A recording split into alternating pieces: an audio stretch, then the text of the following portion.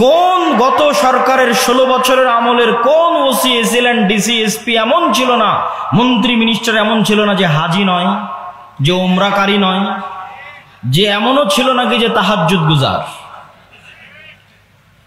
তাহলে বাহ্যিক আমল দিয়ে মুনাফিকি ঢাকছে মুসলমানেরা, কিন্তু রাসূল সাল্লাল্লাহু আলাইহি ওয়াসাল্লামের জন্মগত যে দুটো বৈশিষ্ট্য ছিল এই বৈশিষ্ট্যের ধারে কাছে নাই। এই জন্য কিন্তু আমরা গোলাম। কেন? নেতৃত্বের গুণাবলী আমার বক্তব্যের বৈশিষ্ট্য। তো নেতা হতে হলে আগে সত্য বলতে হবে, ন্যায় করতে হবে। তো আমাদের যারা নেতৃত্ব দিচ্ছে তারা 24 ঘন্টা মিথ্যা বলে, 24 ঘন্টা অন্যায় করে।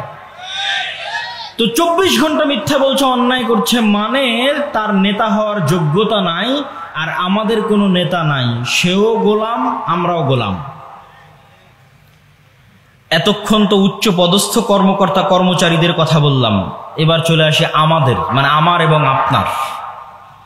আপনি এবং আমি ন্যায়পরায়ণ নই যদি আমার স্ত্রীর সাথে ন্যায়পরায়ণ না হই, যদি আমার মায়ের সাথে ন্যায়পরায়ণ না হই, যদি আমার পিতার সাথে ন্যায়পরায়ণ না হই, যদি আমার ভাইয়ের সাথে ন্যায়পরায়ণ না হই, যদি আমার আত্মীয় স্বজনের সাথে ন্যায়পরায়ণ না হই। বহু ইমাম ইসলামের ইতিহাসে, বহু বড় বড় আলেম বিবাহ করেননি এই ভয়ে স্ত্রীর সাথে ন্যায় প্রতিষ্ঠা করতে পারবেন না, এই ভয়ে বিবাহ করেন। কেন? এটা মানুষের হক। স্ত্রীর সাথে ন্যায়পরায়ণতা প্রতিষ্ঠার অভাবে আপনি কিয়ামতের মাঠে ফেসে যেতে পারেন। আরো নিচে নেমে আসি, আমরা আপনারা অসংখ্য মানুষ এখানে বসে আছি, অনলাইনে অফলাইনে যারা দেখছেন শুনছেন, তারাও যখন বাবা মারা গেছে তখন বাবার জমি বন্টন করতে গিয়ে যেটা বেশি দামি উঁচু সেই জমি নিয়েছেন আপনি, আর আপনার বোনকে দিয়েছেন কম দামি কম আবাদি পানিতে ডুবে থাকে, ফসল হয় না সেই জমি। তার মানে আল্লাহর নবীর যে চারিত্রিক গুণাবলী তার দৃষ্টিকোণ থেকে যদি বলি, তাহলে আপনি বা আমাদের মতো যারা, তারা হচ্ছে চোর এবং দুর্নীতিবাজ। এই জন্য আমরা গোলাম।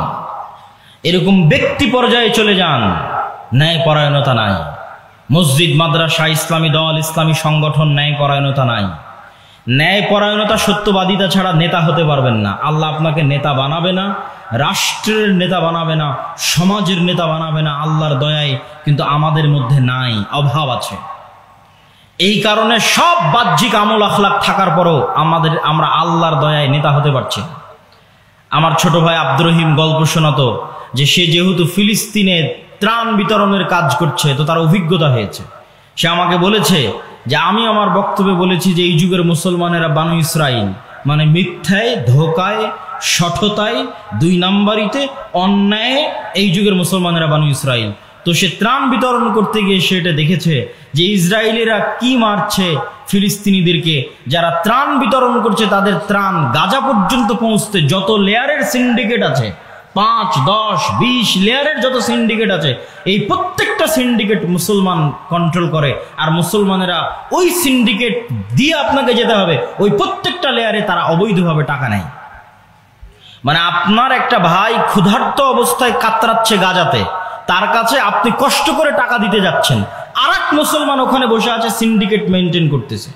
কেন? বৈধ উপায়ে তো সেখানে টাকা দেওয়ার সরাসরি কোনো রাস্তা নাই, মানুষের হাত দিয়ে দিতে হয়। তো এই যে হাত দিয়ে যতগুলো লেয়ার অতিক্রম হচ্ছে, এই প্রত্যেকটা লেয়ারে এইরকম খাঁটি নিষ্কলুষ নির্ভেজাল মুনাফিক বসে আছে।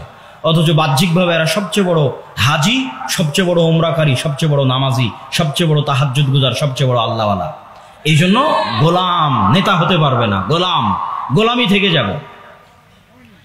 মাসিকাল ইতিসামের এই মাসের একটা সম্পাদকীয় গেছে যে ইসলামের সামগ্রিক বিজয় যেভাবে সম্ভব নভেম্বর মাসে, সেখানেও দেখবেন এই পয়েন্টগুলো, এই ন্যায়পরায়ণতা এবং সত্যবাদিতা, এই পয়েন্ট উল্লেখ করা আছে। যদিও আমার এই বক্তব্য নিয়ে সমালোচনা হয়েছে, তবুও আমি বলি রাসূলুল্লাহ সাল্লাল্লাহু আলাইহি ওয়াসাল্লামের এই 2টি গুণের যেমন আল্লাহর নবীর মধ্যে ছিল, ঠিক তেমনি এই 2টা গুণ আল্লাহর মধ্যে আছে।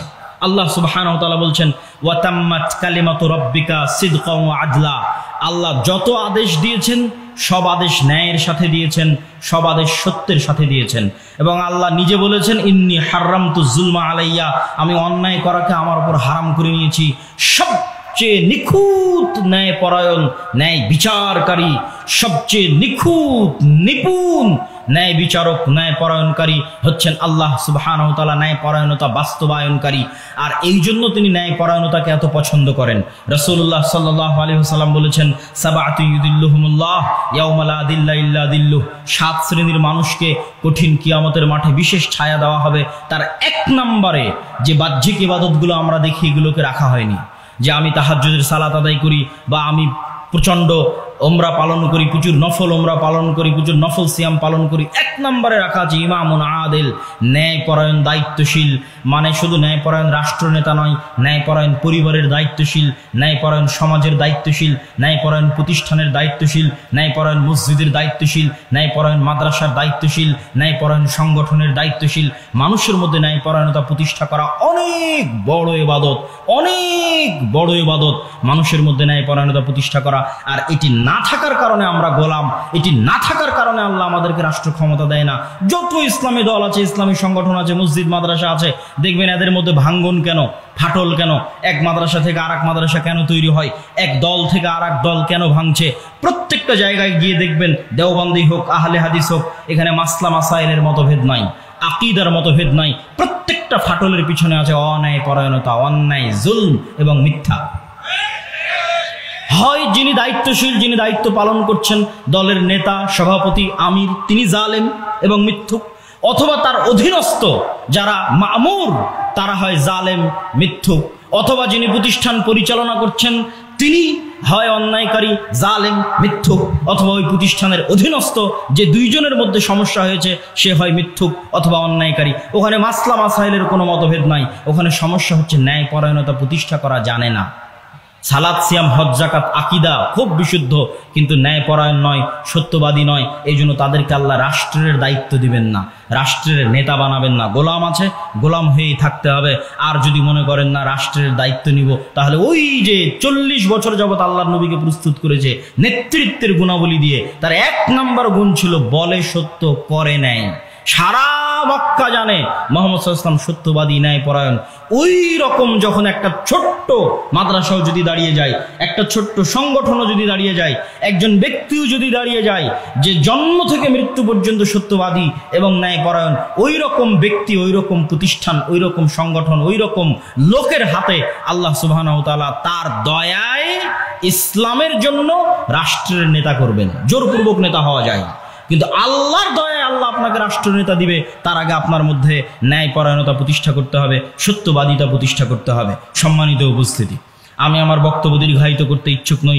রাসূলুল্লাহ সাল্লাল্লাহু আলাইহি সাল্লামের নেতৃত্বের গুণাবলীর মধ্যে 4র্থ গুণাবলী সাহসিকতা। নেতা হতে হলে অবশ্যই চরম পর্যায়ের সাহসী হতে হবে। ভীতু কাপুরুষরা কখনোই নেতা হতে পারে না। রাসূলুল্লাহ সাল্লাল্লাহু আলাইহি সাল্লামের সাহসিকতার 2টা উদাহরণ ইসলামের ইতিহাসে পাওয়া যায়। তার একটা উদাহরণ, একদিন রাতের বেলা মদিনায়, আনাস রাদিয়াল্লাহু তাআলা আনহু বলছেন, ফাজিআ আহলুল মদিনা যাতা লাইলাতিন, একদিন রাতের বেলা মদিনায় বিকট আওয়াজ শোনা গেল। পুরো মদিনাবাসী ভীত সন্ত্রস্ত। কিসের আওয়াজ? সবাই তাড়াহুড়া করে নিজ ঘর থেকে বের হচ্ছে, বের হয়ে যেদিকে আওয়াজ শোনা গেছে সেই দিকে দৌড়ে যাচ্ছে। কিসের আওয়াজ? একজন আরেকজনকে জিজ্ঞেস করতেছে। ফান্তালাকা নাসুন কিবালা সাউতি ফাতালাক্কাহুম রাসূলুল্লাহ সাল্লাল্লাহু আলাইহি সাল্লাম রাজিআন। তো মানুষজন আওয়াজ শুনে আওয়াজের দিকে যাবে কি, দেখছে আওয়াজের দিক থেকে মুহাম্মদ সাল্লাল্লাহু আলাইহি ওয়াসাল্লাম ঘোড়ার পিঠে তরবারি হাতে এগিয়ে আসছেন, আর বলছেন, এই তোমাদের কোনো ভয় নাই, তোমাদের কোনো ভয় নাই, আমি দেখে এসেছি।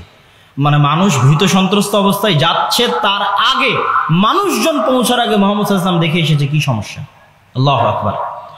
কি চরম পর্যায়ের সাহসী নেতা! তিনি এবার মদিনার মানুষকে অভয় দিচ্ছেন যে তোমাদের কোনো ভয় নাই, আমি দেখে এসেছি, কি সমস্যা। সাহাবীদের পক্ষ থেকে এরকম বক্তব্য পাওয়া যায় যে যখনই আমাদেরকে কোনো বাসুন, যখনই আমাদেরকে কোনো কষ্ট, দুঃখ, সমস্যা, বিপদ স্পর্শ করত, তখনই আমরা ইত্তাকাইনা বিরাসূলিল্লাহি সাল্লাল্লাহু আলাইহি ওয়াসাল্লাম কুন্না ইযা ইশতাদ্দা বিনাল বাস, যখনই আমরা দেখতাম বিপদ, সমস্যা, সমাধান করতে পারছি না, ইত্তাকাইনা বিরাসূলিল্লাহি সাল্লাল্লাহু আলাইহি ওয়াসাল্লাম, আমরা আল্লাহর রাসূলের পিছনে থেকে আশ্রয় নিতাম। মানে আল্লাহর রাসূলের কাছে গিয়ে বলতাম, এখানে এত বড় সমস্যা হয়ে গেছে, কি করব বলেন? এখানে এরকম ভয়ঙ্কর পরিবেশ হয়ে গেছে, কি করব বলেন? আল্লাহর রাসূলের পিছনে থেকে আমরা সেই বিপদ থেকে বাঁচতে চাইতাম। আর এরকম বহু ঘটেছে। তার একটা ঘটনা হচ্ছে হুনাইনের যুদ্ধে মানুষ সব পালিয়ে যাচ্ছে, বড় বড় সাহাবীরা যোদ্ধা সব হুনাইনের মাঠ থেকে পালিয়ে যাচ্ছে যুদ্ধের ভয়ে। তখন একাই রাসূলুল্লাহ সাল্লাল্লাহু আলাইহি ওয়াসাল্লাম ঘুরে দাঁড়ালেন আর তার চাচা আব্বাস ইবনে আব্দুল মুত্তালিবকে ঘোষণা দিলেন, চাচা ডাক দেন মানুষকে যে কোথায় তারা যারা আমার হাতে বায়াতুর রিদওয়ান করেছিল, হুদাইবিয়ার সন্ধির সময় আমার হাতে হাত রেখে বায়াত করেছিল জীবন দিবে, ওরা কোথায়?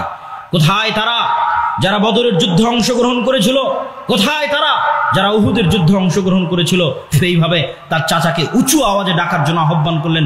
আর তিনি নিজে লাফ দিয়ে গিয়ে বলছেন যে আনা ইবনে আব্দুল মুত্তালিব, আমাকে চিনো, আমি হচ্ছি কুরাইশদের সর্দার আব্দুল মুত্তালিবের সন্তান। আমি ভয় পাওয়ার জন্য জন্ম নিইনি, বীর সাহসিকতার সাথে পৃথিবীতে এসেছি আর বীর সাহসিকতার সাথে দিন প্রচার করে যাব। ভয় পাওয়ার জন্য জন্ম নিইনি। তার সাহাবীদেরকেও অভয় দিলেন আর নিজেও বীর দর্পে যুদ্ধের মাঠে ঝাঁপিয়ে পড়লেন।